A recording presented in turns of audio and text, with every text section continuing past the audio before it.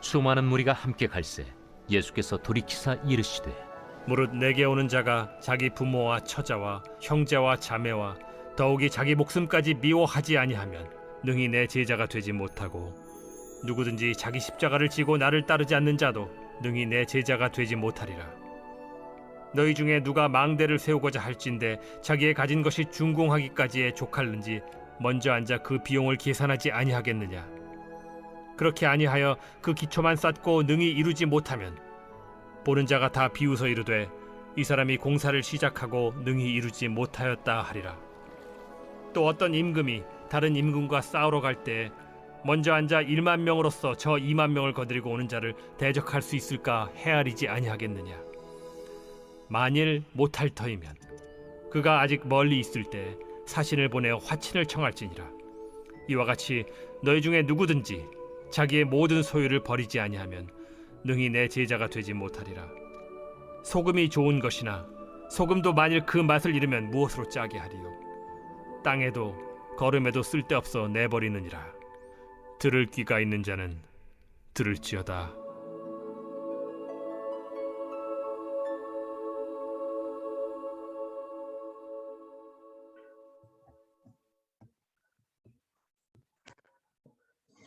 오늘 본문 말씀에서는요, 제자의 삶에 대해서 예수님께서는 말씀을 주시고 있습니다. 예수님을 따르고자 하는 제자가 되고자 한다면 우선순위를 분명히 하라라고 말씀을 주시고 있습니다. 26절 말씀에 보면요, 무릇 내게 오는 자는 자기 부모와 처자와 형제와 자매와 더욱이 자기 목숨까지 미워하지 아니하면 능히 내 제자가 되지 못하고 라고 이렇게 하였습니다. 예수님의 제자가 되려면, 예수님을 닮아가는 제자가 되려면 가족을 미워하고 자신의 생명을 미워해야 된다라고 예수님은 말씀하셨습니다. 여기서 미워하다라는 뜻은 무엇일까요? 문자적으로 받아들여서는 안 됩니다. 여기에서는요, 우선순위를 분명히 하라라는 것이죠. 가족들보다 먼저 예수님을 따르는 삶의 우선순위를 두라라고 말씀을 하신 것입니다. 내 생명보다 예수님을 닮아가는 삶을 우선순위로 둘 때 예수님의 제자가 될 수가 있다라고 예수님께서는 말씀을 하신 것입니다. 우리 예수님의 사역의 모습을 보십시오. 우리 예수님에게는요, 남동생들도 있었고 여자 동생들도 있었습니다. 또 마리아 육신의 어머니도 있었죠. 근데 우리 예수님께서 우리 남동생들, 여동생들 다 자리 잡기까지 내가 뒷바라지 다 한 다음에 네, 하나님을 하겠습니다 라고 이렇게 하셨습니까? 아니죠. 가족들보다 먼저 하나님의 일을 하시는 분이 바로 우리 예수님이신 것입니다. 십자가에서 고난받고 죽으실 때 요한에게 마리아를 내 어머니다 라고 하면서 부탁하면서 우리 예수님은 십자가에서 고난을 받으시고 죽으셨습니다. 이와 같이 우리 예수님은요, 먼저 하나님의 나라를 우선순위에 두고 사역을 하신 분이 우리 예수님이십니다. 우리 예수님께서요, 망대의 비유를 말씀하여 주십니다. 28절 말씀에 보면요, 너희 중에 누가 망대를 세우고자 할진대 자기의 가진 것이 준공하기까지에 족하는지 먼저 앉아 그 비용을 계산하지 아니하겠느냐라고 하였습니다.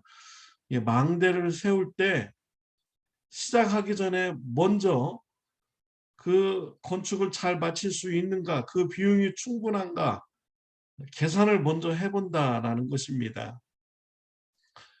공사를 하다가 중단이 되면 사람들한테 비웃음거리가 됩니다. 이러한 것은 오늘날도 마찬가지죠. 건물을 짓는다고 하면서 시작을 해 놓았는데 마치지 못하면 그 건물은 흉물이 됩니다. 아주 보기 싫죠.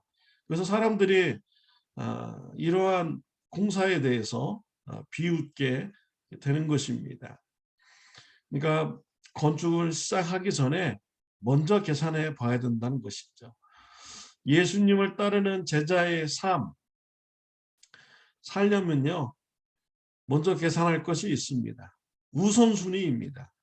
우선순위를 내 가족들보다, 내 생명보다 먼저 두는 자만이 예수님을 닮아가는 제자의 삶을 살아갈 수가 있다라고 예수님께서 비유를 통해서 말씀하여 주신 것입니다. 또 31절에 보면 전쟁의 비유에서도 동일한 의미입니다. 31절 말씀에 보면요, 또 어떤 임금이 다른 임금과 싸우러 갈 때 먼저 앉아 1만 명으로서 저 2만 명을 거느리고 오는 자를 대적할 수 있을까 헤아리지 아니하겠느냐라고 했습니다. 전쟁을 하기 전에 먼저 계산을 해봅니다. 우리가 가진 군사의 숫자 가지고 적군의 군사의 숫자를 이길 수 있을까 먼저 계산을 해봐야죠. 전쟁에서 이길 승산이 없다라고 한다면 어떻게 됩니까?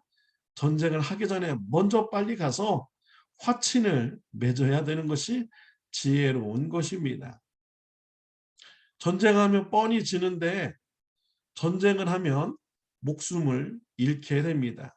다른 사람들도 다 죽음으로 몰아넣게 되는 것이죠. 제자의 삶을 살아가고자 한다면 우선순위를 분명히 해야 예수님을 닮아갈 수 있다라는 이런 비유인 것입니다. 34절, 35절에서도요, 소금의 비유를 말씀하십니다. 소금이 좋은 것이나 소금도 만일 그 맛을 잃으면 무엇으로 짜게 하리요? 땅에도 거름에도 쓸데없어 내버리느니라 라고 했습니다. 소금이 맛을 잃어버리면 아무 쓸데가 없습니다. 그래서 쓰레기통에 버려야 되는 것이죠. 저와 여러분들이 예수님의 제자입니다. 제자가 그 맛을 잃어버리면 아무 쓸데없는 존재인 것이죠. 예수님을 닮아간다고 하는 이런 제자가 나는 가족을 위해서 먼저 일한 다음에 예수님을 닮아가겠습니다. 내 생명을 먼저 살린 후에 내가 예수님을 닮아가겠습니다. 라고 한다면 제자의 그런 맛을 잃어버린 자인 것이죠.